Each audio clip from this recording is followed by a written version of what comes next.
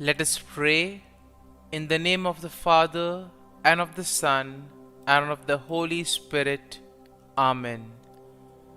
O Jesus, through the Immaculate Heart of Mary, I offer you my prayers, works, joys, and sufferings on this day for all the intentions of your Sacred Heart, in union with the holy sacrifice of the Mass throughout the world, in reparation for my sins, for the intentions of all my relatives and friends, and in particular for the intentions of the Holy Father.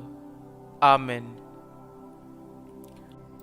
Let us pray for the intentions of the Holy Father for the month of October.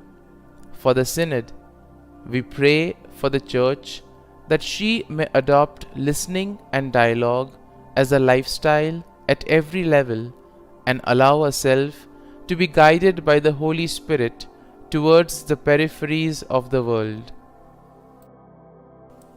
Our Father, who art in heaven, hallowed be thy name. Thy kingdom come, thy will be done, on earth as it is in heaven. Give us this day our daily bread, and forgive us our trespasses, as we forgive those who trespass against us. And lead us not into temptation, but deliver us from evil. Amen. Hail Mary, full of grace, the Lord is with you. Blessed are you amongst women, and blessed is the fruit of thy womb, Jesus. Holy Mary, Mother of God, pray for us sinners, now and at the hour of our death. Amen. Glory be to the Father, and to the Son, and to the Holy Spirit, as it was in the beginning, is now, and ever shall be, world without end. Amen. My dear friends, as we enter in the presence of the Lord, as we begin this new day, let us take a few moments to thank the Lord for all that He has done for us. We see that right from the time of our birth till now, there have been many instances or events where the Lord has worked wonders in our lives. He has guided us, He has protected us, He has shown us the way, helped us to overcome challenges and difficulties. And in this way, we can identify Him guiding us all through our lives. But there are occasions wherein we find it difficult to recognize His presence among us. We find it difficult to identify the blessings and the graces. And here we see that it is in these occasions that we need to specially ask the Lord to give us the grace that we may be able to identify those graces, those blessings in our lives. And therefore we see that the first thing to do is to be grateful to the Lord for all that He has done. And therefore, as we begin today's morning prayer, let us begin on this note of gratitude. Let us ask the Lord to help us identify His presence in our lives. And therefore, let us begin by thanking the Lord for all the things that He has done for us. Lord, we thank You for the gift of life. We thank You for giving us talents, opportunities, and various gifts that enable us to become better persons, and also that enable us to reach out to others and make a difference in the lives of others. Lord, we also want to thank You for the gift of our family members, friends, relatives, near and dear ones, and all those who play a very important role in our lives. We see that it is these people who have been instrumental in making us who we are. They are the ones who have devoted their time, energy, and effort. And as a result of it, they have molded us and they have made us better individuals. So today, Lord, in a very special way, we ask you to bless all their endeavors and give them all the graces that they may require in life. We also thank you, Lord, for giving us the gift of this day, a day that would help us in many ways to appreciate the good things that you have done for us, a day wherein we may complete some thing that was left behind, or a day that may present to us various challenges. Whatever be the situation, Lord, we ask you to be with us and guide us. Allow us to be led by you. Lord, we also thank you for the opportunities, for the experiences that you have given us in life. There have been many experiences wherein we have enjoyed, and these are the experiences that we want to cherish in life. But at the same time, there have also been those experiences and those moments wherein we have found it difficult to accept them.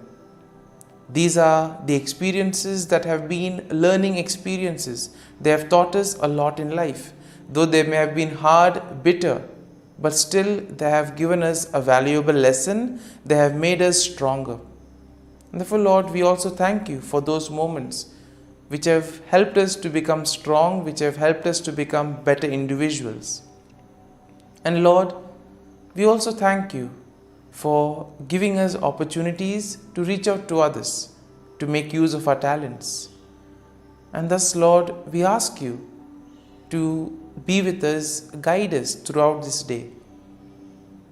Lord, allow us to be led by you, so that whatever we do, our actions, our words, may reflect your love, joy, and mercy to the world around us.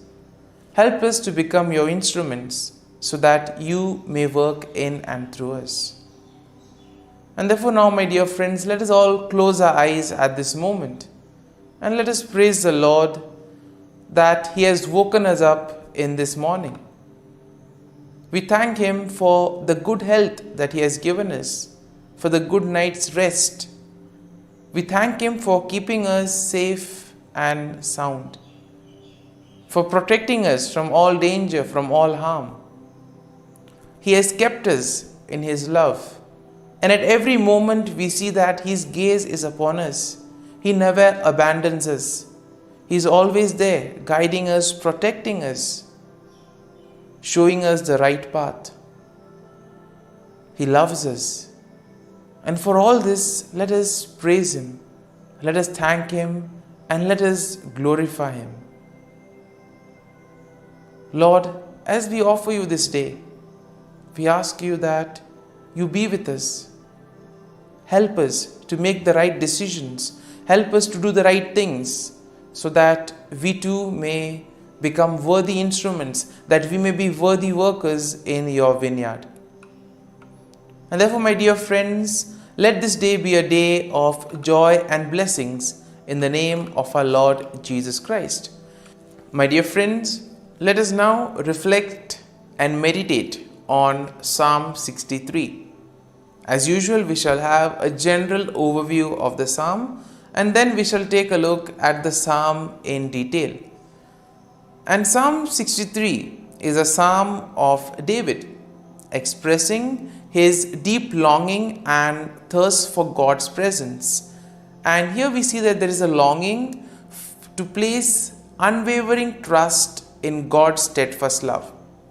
Therefore, it is believed to have been written by David when he was in the wilderness of Judah, especially during the time when he was fleeing from his enemies. And therefore, we see that the psalm can be divided into four main sections. Now, the first section is found in verses 1 to 2, which speaks of a fervent longing for God. Now, the second section can be found in verses 3 to 8. And here is a description of God's steadfast love and His provisions. The third section, verses 9 to 11, will speak of a declaration that he needs to place his faith and trust in God. And finally, in verse 11, we have a vow to praise God. And therefore, when you have a general overview of Psalm 63, we see that it beautifully expresses David's deep longing for God, longing to be in God's presence, and longing to put his whole faith and trust in God. And therefore we see that David here expresses his unwavering trust in God's steadfast love and protection.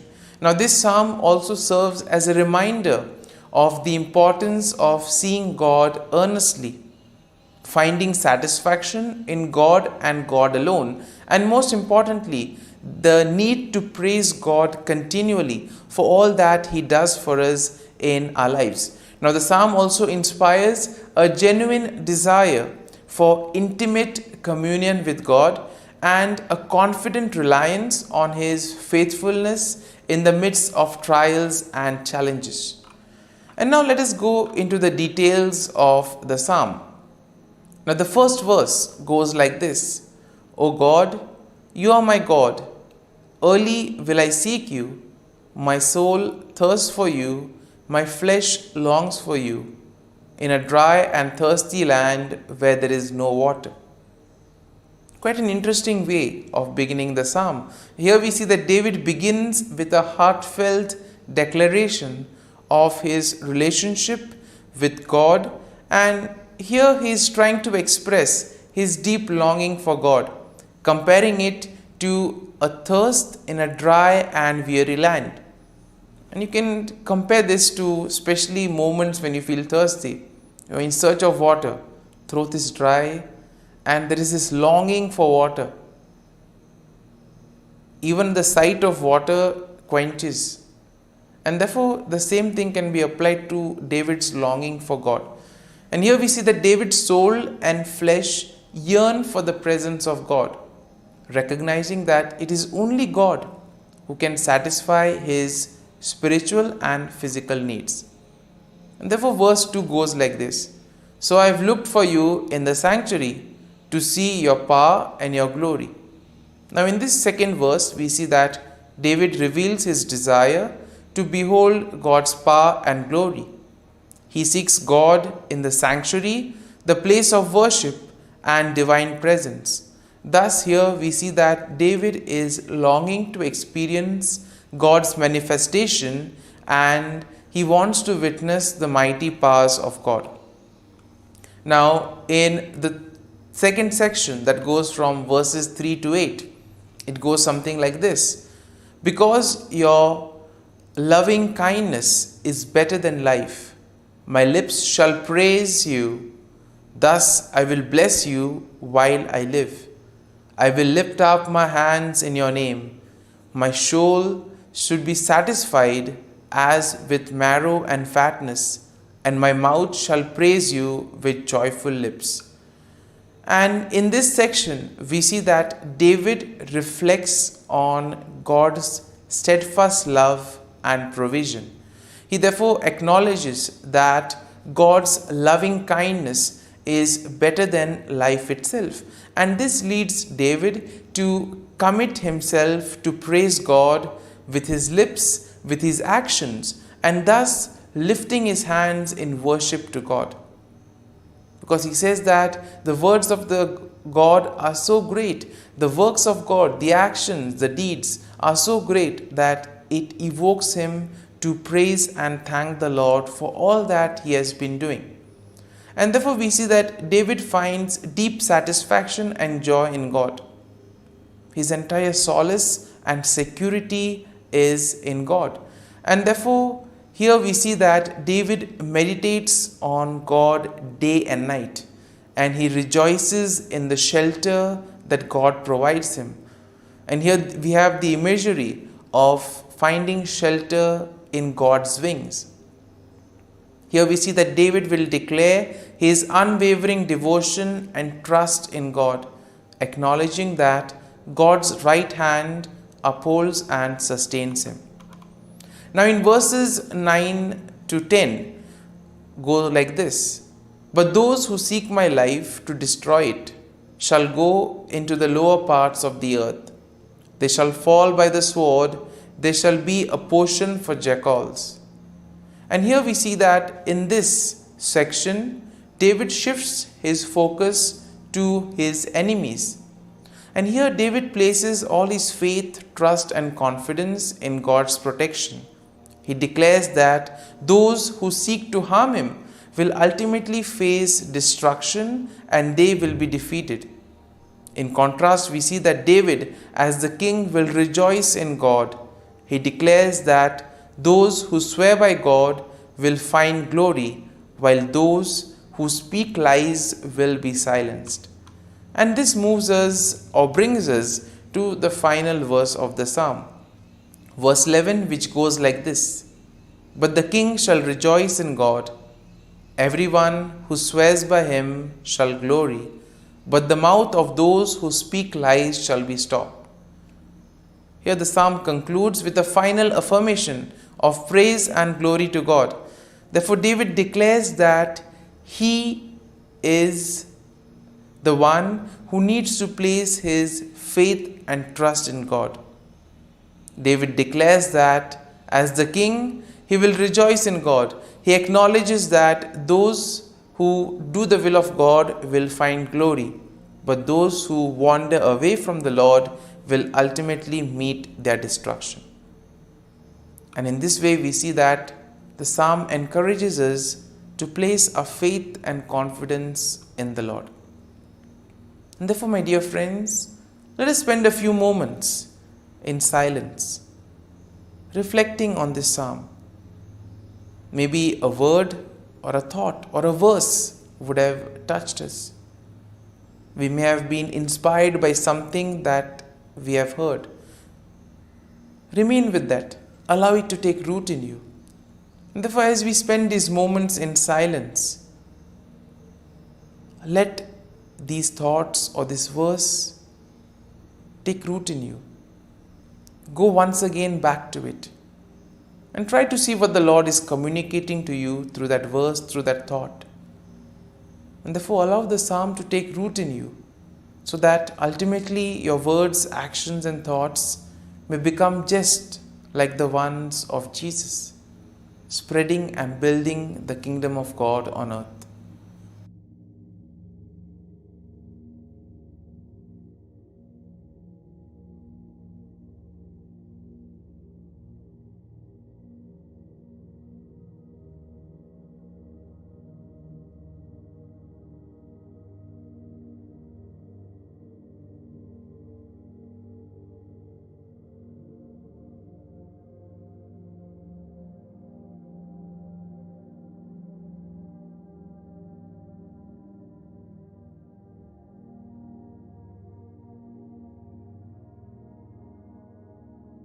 Prayer to Saint Michael the Archangel for protection. Saint Michael the Archangel, defend us in battle. Be our defense against the wickedness and snares of the devil. May God rebuke him, we humbly pray. And do thou, O Prince of the heavenly hosts, by the power of God, thrust into hell Satan and all the evil spirits who prowl about the world, seeking the ruin of souls. Amen. Act of Adoration. O Sacrament most holy, O Sacrament divine, all praise and all thanksgiving be every moment thine. Saint Gertrude Prayer for souls in purgatory. Eternal Father, I offer Thee the most precious blood of Thy divine Son, Jesus, in union with the masses said throughout the world today, for all the holy souls in purgatory, for sinners everywhere, for sinners in the universal church, those in my own home and within my family. Amen. May the divine assistance remain always with us, and may the souls of the faithful departed through the mercy of God rest in peace. Amen. Glory be to the Father, and to the Son, and to the Holy Spirit, as it was in the beginning, is now, and ever shall be, world without end. Amen.